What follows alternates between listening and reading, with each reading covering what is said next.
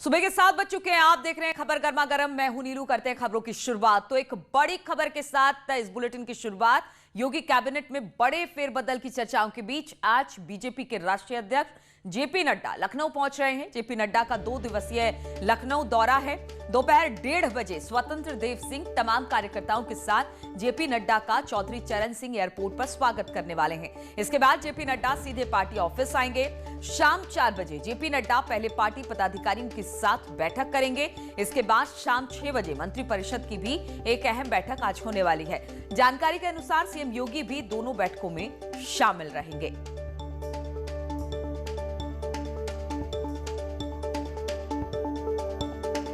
तो प्रदेश अध्यक्ष करेंगे एयरपोर्ट पर स्वागत। स्वतंत्र देव सिंह पहुंचेंगे। जेपी नड्डा 1:30 बजे पहुंचने वाले हैं और वहां से वो सीधे पार्टी ऑफिस जाएंगे। आज कई बैठकें होनी है।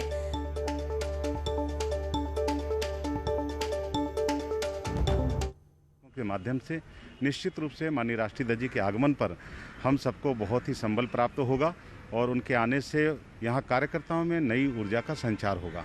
भारतीय जनता पार्टी के राष्ट्रीय अध्यक्ष का उत्तर प्रदेश में प्रवास है और हम सब जानते हैं कि उत्तर प्रदेश के वो प्रभारी रहे हैं, तो इसलिए कार्यकर्ताओं से व्यक्तिगत लगाव है। सौभाग्यशाली हैं उत्तर प्रदेश के लोग। आदरणीय अमित शाह जी उत्तर प्रदेश के प्रभारी रहे, वो राष्ट्रीय अध्यक्ष रहे। नड्डा जी प्रभारी हैं, वो राष्ट्रीय अध्यक्ष हैं। तो स्वाभाविक रूप से कार्यकर्ताओं में मंत्रिमंडल के सदस्य हैं उनके साथ और बातचीत करने के लिए अनामिका इस वक्त फोन लाइन पर हमारे साथ जुड़ गई। अनामिका, आज जेपी नड्डा पहुंचने वाले हैं। 2 दिवसीय ये दौरा उनका रहने वाला है। आज पूरे दिन का क्या कार्यक्रम उनका? देखिए, 1:30 बजे जेपी नड्डा जो है वो एयरपोर्ट पे पहुंचेंगे। हालांकि कुछ कार्यक्रम में बदलाव किया गया है। अब स्वतंत्र देव सिंह के साथ साथ मुख्यमंत्री योगी आदित्यनाथ भी एयरपोर्ट पर पहुंचेंगे जेपी नड्डा को रिसीव करने के लिए, और वहीं से नड्डा के जी के साथ ही वो पार्टी ऑफिस भी पहुंचेंगे। सबसे पहली जो बैठक है आज की महत्वपूर्ण, वो 2 बैठकें हैं। पहली बैठक जो है वो प्रदेश पदाधिकारियों के साथ में, जिसमें पार्टी के जो उपाध्यक्ष हैं, प्रदेश महामंत्री हैं, प्रदेश मंत्री हैं, कोषाध्यक्ष हैं, प्रकोष्ठ और मोर्चों के अध्यक्ष हैं, उनके साथ बैठक करने के बाद शाम 6 बजे महत्वपूर्ण बैठक है जो मंत्रिपरिषद के साथ है, जिसमें मुख्यमंत्री योगी आदित्यनाथ हालांकि दोनों बैठकों में रहेंगे, लेकिन मंत्रिपरिषद की बैठक ज्यादा महत्वपूर्ण है। तो ये जो 2 बैठकें हैं आज काफी महत्वपूर्ण होने वाली है, जो शाम 6 बजे तक चलेंगी। इसके बाद जो कल का दिन होगा वो भी सिर्फ और सिर्फ बैठकों का होगा और प्रबुद्ध सम्मेलन का होगा, जिसमें महिला मोर्चा से लेके जो अलग अलग जो इकाइयां हैं, लखनऊ इकाई की बात की जाए, अवध क्षेत्र की बात की जाए, कानपुर क्षेत्र की बात की जाए, तो क्षेत्रवार बांट करके कल बैठकें होने वाली है। लेकिन आज जो बैठक होने वाली है 2 बैठकें महत्वपूर्ण है, पहली प्रदेश पदाधिकारियों की और दूसरी मंत्रिपरिषद की। ठीक है अनामिका, इस पर आगे भी आपसे अपडेट लेंगे। फिलहाल बहुत बहुत शुक्रिया आपका हमारे साथ जुड़ने के लिए। तो जेपी नड्डा 2 दिवसीय दौरे पर लखनऊ में आज होंगे। 1:30 बजे पहुंचने वाले हैं। पहले ये कहा जा रहा था कि प्रदेश अध्यक्ष उनकी अगुवाई करेंगे, उनको रिसीव करेंगे, लेकिन अब खबर यह भी आ रही है कि उस दौरान मुख्यमंत्री योगी आदित्यनाथ भी एयरपोर्ट पर मौजूद रहेंगे। और मुख्यमंत्री योगी आदित्यनाथ आज सड़क सुरक्षा सप्ताह का शुभारंभ भी करने वाले हैं। सुबह 9 बजे से 5 कालिदास आवास पर यह कार्यक्रम होगा और इस दौरान सीएम कुछ वाहनों को हरी झंडी दिखाकर रवाना भी करेंगे। सड़क सुरक्षा सप्ताह 21 जनवरी से शुरू होकर 20 फरवरी तक मनाया जाएगा। मुख्यमंत्री ने परिवहन और गृह विभाग को अन्य विभागों के साथ समन्वय स्थापित करने के बाद 1 महीने का ये पूरा विशेष अभियान चलाने के निर्देश दिए हैं। और बातचीत करने के लिए अजीत सिंह हमारे साथ जुड़ रहे हैं। अजीत, 1 महीने का सड़क सुरक्षा सप्ताह मनाया जाएगा। कितने बजे कार्यक्रम की शुरुआत और किस तरह से होगी इसकी शुरुआत? देखिए, बिल्कुल ये आज से शुरू होगा। 9 बजे मुख्यमंत्री आवास से कुछ वाहनों को हरी झंडी दिखाएंगे 5 कालिदास मार्ग से, और अगले 1 महीने तक ये कार्यक्रम चलेगा। आपने देखा होगा कि सड़क दुर्घटनाओं में बहुत ज्यादा मौतें होती हैं, जिसको लेकर जेब्रा लाइन की शुरुआत पिछली बार की गई थी कि दुर्घटनाएं कम की जाए। उसको लेकर गृह विभाग, पुलिस और परिवहन, इन सभी विभाग के अधिकारी और मंत्री भी मौजूद रहेंगे। और इस अभियान की शुरुआत के पहले ही कल सीएम ने समीक्षा बैठक भी की थी और ये कहा था कि जो सड़क सुरक्षा के नियम है उसको पालन किया जाए, हेलमेट से लेकर सीट बेल्ट से लेकर, जिससे दुर्घटनाएं कम हो। दुर्घटनाएं हमेशा इतनी ज्यादा दुर्घटनाएं मौत होती, किसी बीमारी से इतने लोगों की मौत नहीं होती। तो उन सब को लेकर सख्त नियम बनाया जाए, उसके लिए जागरूकता अभियान चला जाए। उसी के चलते अभी 1 महीने तक ये अभियान चलेगा और जिले जिलों में इसकी जो है गोष्ठियां होंगी, जागरूकता की जाएगी। जो ड्राइवर्स हैं या जो ट्रांसपोर्ट के मालिक हैं, उन सभी की मीटिंग की जाएगी, उनको जागरूक किया जाएगा और बाकायदा इसके पर्चे और पंपलेट भी बांटे जाएंगे। चलिए अजीत, बहुत बहुत शुक्रिया आपका हमारे साथ जुड़ने के लिए। तो सड़क सुरक्षा सप्ताह मनाने के पीछे की वजह सड़क दुर्घटनाओं को रोकना है और सड़क परिवहन को और बेहतर बनाना है। और लखनऊ से ही एक बड़ी खबर आ रही है। एसपी प्रमुख अखिलेश यादव का बरेली दौरा आज है। प्राइवेट विमान से आज 1:30 बजे पहुंचने वाले हैं बरेली। सपा के मंडलीय ट्रेनिंग शिविर में अखिलेश यादव शामिल होने वाले हैं। रात्रि विश्राम के बाद कल बरेली से वो प्रस्थान करेंगे। तो अखिलेश का आज बरेली दौरा, अपने प्राइवेट विमान से वो वहां पर पहुंचेंगे और फिर रात्रि विश्राम के बाद कल बरेली से वहां से वो निकल जाएंगे। वहीं समाजवादी पार्टी के अध्यक्ष अखिलेश यादव ने कल श्रावस्ती जिले में भगवान बुद्ध के दर्शन किए और इसके बाद पूर्व सीएम अखिलेश यादव और डिप्टी सीएम केशव मौर्य में ट्वीट वॉर भी शुरू हो गया। दरअसल अखिलेश यादव ने एक ट्वीट किया था जिसमें उन्होंने श्रावस्ती को विश्व स्तरीय बनाने की बात कही। अखिलेश ने अपने ट्वीट को लेकर कहा कि सपा की सरकार आने पर श्रावस्ती का विश्व स्तरीय विकास होगा। वहीं डिप्टी सीएम केशव मौर्य ने अखिलेश यादव के ट्वीट को रीट्वीट करते हुए लिखा कि जब अखिलेश यादव सत्ता में थे तब ना तो बुद्ध के लिए कुछ किया और ना ही राम के लिए कुछ किया। केशव मौर्य ने आगे लिखा कि ये सिर्फ मुंगेरी लाल के हसीन सपने दिखाने जैसा है।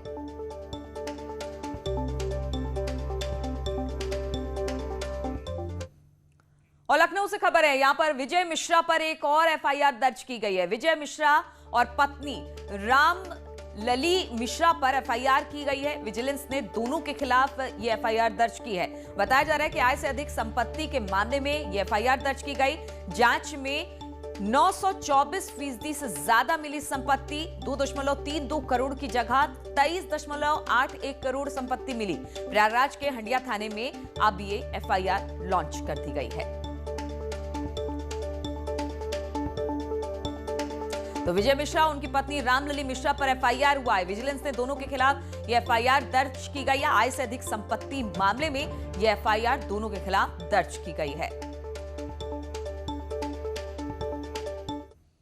और कासगंज से बड़ी खबर है, अपहरण कर हत्या का मामला यहां सामने आया है। पुलिस ने एक अपहरणकर्ता को गिरफ्तार भी किया है। मुठभेड़ में अपहरणकर्ता के पैर में गोली लगी है। घायल अवस्था में अपहरणकर्ताओं को जिला अस्पताल में भर्ती करा दिया गया है। अपहरणकर्ता के पास से अवैध तमंचा बरामद किया गया है। 10 वर्षीय बालक का अपहरण इन्होंने किया था और फिर बाद में उसकी हत्या कर दी गई थी। थाना सिढ़पुरा क्षेत्र के अमापुर रोड का ये पूरा मामला बताया जा रहा है।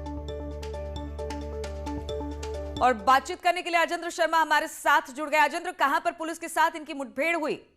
मैं आपको बता दूं, ये थाना सिढ़पुरा क्षेत्र के अमापुर रोड का मामला है, जहां देर रात अल सुबह कह सकते हैं, ये आरोपी गांव का ही रहने वाला अजय है, जो इसने अपहरण किया था। अपहरण के बाद में उस बच्चे की हत्या कर दी थी, जिसका सब देर रात ही बरामद हुआ था। उसके बाद लगातार पुलिस की तलाश कर रही थी। तभी ये गाँव से भागने की कोशिश कर रहा था। पुलिस ने इसको रास्ते में पकड़ लिया, तो इसने भागने की कोशिश की, उसने तमंचे से उस पर फायर किया पुलिस पर। तो उसके जवाबी कार्रवाई करते हुए पुलिस ने इसको गिरफ्तार कर लिया। इसके पैर में गोली लगी है। इसकी हालत गंभीर देखते हुए इसको अलीगढ़ रेफर कर दिया गया है। तो ये गांव का ही रहने वाला है। इसने 18 तारीख को मासूम 10 वर्षीय मासूम लोकेश का अपहरण किया था। उसके बाद उसकी हत्या करके उसके करब जो होती है, बाजरा की करब होती है, उसमें छुपा दिया था। उसके मुंह पर टेप भी लगा हुआ था और हाथ पर बंधे मिले थे। उसके बाद लगातार इसकी पुलिस तलाश कर रही थी। तभी आज जो है बिल्कुल लगातार पुलिस तलाश कर रही थी और अब ये पुलिस की शिकंजे में है। बहुत बहुत शुक्रिया आपका अजेंद्र जानकारी देने के लिए।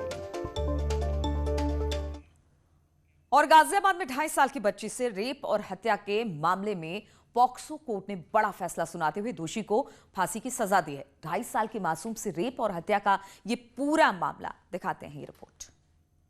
गाजियाबाद के जिला अदालत ने 2.5 साल की बच्ची से रेप के बाद हत्या मामले में नजीर पेश करने वाला फैसला सुनाया। पॉक्सो कोर्ट ने महज 30 दिन के अंदर आरोपी को फांसी की सजा सुनाई। विशेष न्यायाधीश महेंद्र श्रीवास्तव ने सिर्फ 20 दिन की सुनवाई में आरोपी को दोषी पाते हुए मौत की सजा सुनाई। ये वारदात फैक्ट्री कर्मचारी के दोस्त चंदन पांडे ने अंजाम दी थी। आरोपी डासना जेल में बंद है। पीड़ित की मां ने पुलिस और कोर्ट को धन्यवाद देते हुए कहा कि उन्हें तसल्ली तभी होगी जब वो दोषी को फांसी के फंदे पर झूलता देखेंगी। वहीं पुलिस और पीड़ित के वकील ने भी फैसले को यादगार बताते हुए कहा कि इससे लोगों में पुलिस और कोर्ट के प्रति भरोसा बढ़ेगा। इसकी सूचना मिलने के कुछ ही घंटों के अंदर ही हम लोगों ने मुख्य आरोपी को पकड़ लिया था और ये मतलब जो है इसमें काफ़ी पुलिस ने बहुत त्वरित कार्रवाई की थी। बहुत जल्दी इसमें चार्जशीट दाखिल की गई और इसकी पैरवी भी अच्छी की गई। प्रोसिक्यूशन डिपार्टमेंट ने बहुत मेहनत की। पुलिस ने अपनी तरफ से गवाहियाँ, इसमें 10 गवाह पेश हुए थे जिन्होंने बहुत मजबूती से अपनी गवाह दिए और उसका ये नतीजा निकला हर चीज़ का कि आज इसे कैपिटल पनिशमेंट मिली है।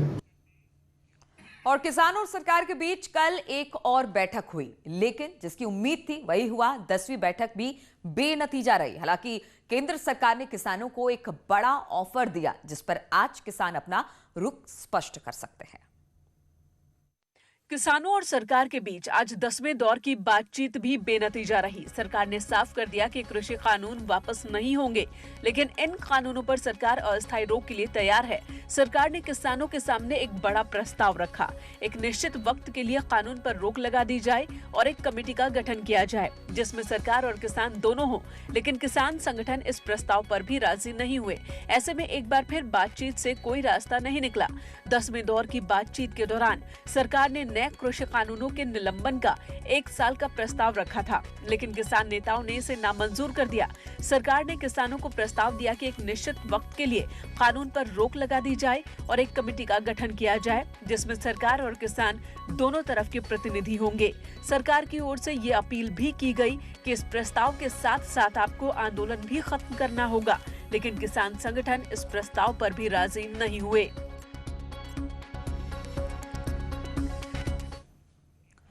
काशी और मथुरा को लेकर आरएसएस प्रमुख मोहन भागवत के बयान का साधु संतों ने स्वागत किया है। साधु संतों की सबसे बड़ी संस्था अखिल भारतीय अखाड़ा परिषद ने मोहन भागवत के बयान का समर्थन किया। वहीं अखिल भारतीय दंडी सन्यासी परिषद के संरक्षक स्वामी महेशाश्रम महाराज ने भी कहा कि काशी और मथुरा दोनों को अब मुक्त हो जाना चाहिए। उन्होंने मोहन भागवत की उस बात का भी समर्थन किया जिसमें उन्होंने कहा कि साधु संतों की काशी और मथुरा को मुक्त कराने के लिए धैर्य और संयम बरतने की जरूरत है। जबकि माघ मेले में राम मंदिर के बाद अब मथुरा और काशी में मंदिर निर्माण के लिए 1,51,000 कुंडलीय दीप महायज्ञ का अनुष्ठान कर रहे शिव योगी मौनी महाराज ने कहा कि अगर आरएसएस प्रमुख मोहन भागवत के बयान से संत समाज उत्साहित है। आदरणीय भागवत जी के बैठक का जो संज्ञान है, जो समाचार है, अच्छा समाचार है। अगर उन्होंने कहा है कि इसके लिए भी हम लोग लड़ाई लड़ेंगे तो अच्छी बात है और ये स्वागत योग्य भी है। ये तो बहुत हर्ष का विषय है। अगर आरएसएस प्रमुख मोहन भागवत जी ने ऐसा कहा है तो ये तो पूरे विश्व में बसने वाले हिंदू जाति के लिए और संपूर्ण भारतवासियों के लिए हर्ष का विषय है। आज पूरे देश के राम भक्त, भगवान कृष्ण के भक्त, भगवान शिव के भक्त मोहन भागवत जी के इस ऐतिहासिक बयान की भूल प्रशंसा करते संत समाज 19 साधुवाद ज्ञापित करता है। और हमें विश्वास है कि जैसे राम मंदिर बन रहा है वैसे शीघ्र ही काशी मथुरा में मंदिर का निर्माण प्रारंभ होगा। और अयोध्या में भी संतों ने भगवान भागवत के इस बयान के बाद खुशी जताई है। अब आशा है कि जो 3 प्रमुख मंदिर हैं, जिसमें श्री राम जन्मभूमि और श्री कृष्ण जन्मभूमि और भगवान विश्वनाथ का स्थान, राम जन्मभूमि की समस्या समाधान हो गई, मंदिर बन रहा है। आशा है कि कराएंगे, ये करते हैं, कराएंगे नहीं करते हैं तो मैं समझता हूँ कि इन दोनों मंदिरों के संबंध में ये विश्व हिंदू परिषद और आरएसएस मिल करके निश्चित है कि यह 2 मंदिर जो हमारे आराध्य देव हैं, भगवान कृष्ण और भगवान शंकर, उनके भी मंदिर को ये करेंगे। काशी और मथुरा को लेकर के कि वह दिन दूर नहीं जब मथुरा और काशी में भी दिव्य भव्य राम मंदिर का निर्माण होगा। इस बात में बहुत कुछ रहस्य छिपा हुआ है। इसका मतलब संघ प्रमुख ने साफ कर दिया है कि अब काशी और मथुरा से भी जो विदेशी आक्रांताओं के द्वारा मस्जिदें बनी हैं वो ध्वस्त होंगी, खत्म होंगी। और राम जन्मभूमि मंदिर निर्माण समिति के अध्यक्ष नृपेंद्र मिश्रा कल अयोध्या पहुंचे। हनुमानगढ़ी में हनुमान लला के दर्शन के बाद उन्होंने रामलला के दर्शन किए। मंदिर निर्माण को लेकर आज अयोध्या में निर्माण समिति और निर्माण कार्य में लगे इंजीनियरों के साथ एक अहम बैठक होनी है। नृपेंद्र मिश्रा ट्रस्ट के पदाधिकारी और स्थानीय अधिकारियों के साथ भी बैठक करेंगे। राम मंदिर निर्माण के लिए गर्भगृह के आसपास मिट्टी की खुदाई हो रही है। बैठक में हिस्सा लेने के लिए ही नृपेंद्र मिश्रा दिल्ली से अयोध्या पहुंचे हैं। और सीएम योगी गुरु गोविंद सिंह की जयंती पर कल लखनऊ के याहियागंज गुरुद्वारे पहुंचे। सीएम योगी ने यहां गुरबानी सुनी। इस दौरान सीएम योगी ने कहा कि गुरुद्वारों में सेवा का भाव दिखाई देता है, लंगर में किसी के साथ भेदभाव नहीं होता है। सीएम ने गुरुद्वारा प्रबंधन को धन्यवाद भी दिया। स्वयं अपने पिता को देश और धर्म के लिए बलिदान देने के लिए प्रेरित करना और बाद में अपने चार पुत्रों को गंवाने के बाद भी कहीं भी किसी भी प्रकार की कोई ये बात नहीं कि उनके मन में भाव रहा हो कि नहीं मैं 4 पुत्र गंवा चुका हूं, मुझे अब बहुत हो चुका है। यानी ये भाव जहां पर हो बहुत अद्भुत है। एक सामान्य व्यक्ति ऐसा नहीं कर सकता है। एक सामान्य नागरिक से आप इस बात की अपेक्षा नहीं कर सकते हैं। और खबर बहराइच से लेते हैं, जहां पर देर रात मोतीपुर थाना क्षेत्र के मिहीपुरवा कस्बे में गन्ने से भरा ट्रॉला पलट गया। हादसे की वजह से देर रात रोड पर घंटों जाम लगा रहा। सूचना पर पहुंची पुलिस ने जेसीबी की मदद से गन्ने को रास्ते से हटाया, तब जाकर आवागमन शुरू हो सका। बता दें कि बाईपास का रास्ता ठीक ना होने के कारण गन्ने की ओवरलोड ट्रक महीपुरवा कस्बे से होकर निकलती है, इसलिए ऐसी दुर्घटनाएं होती है।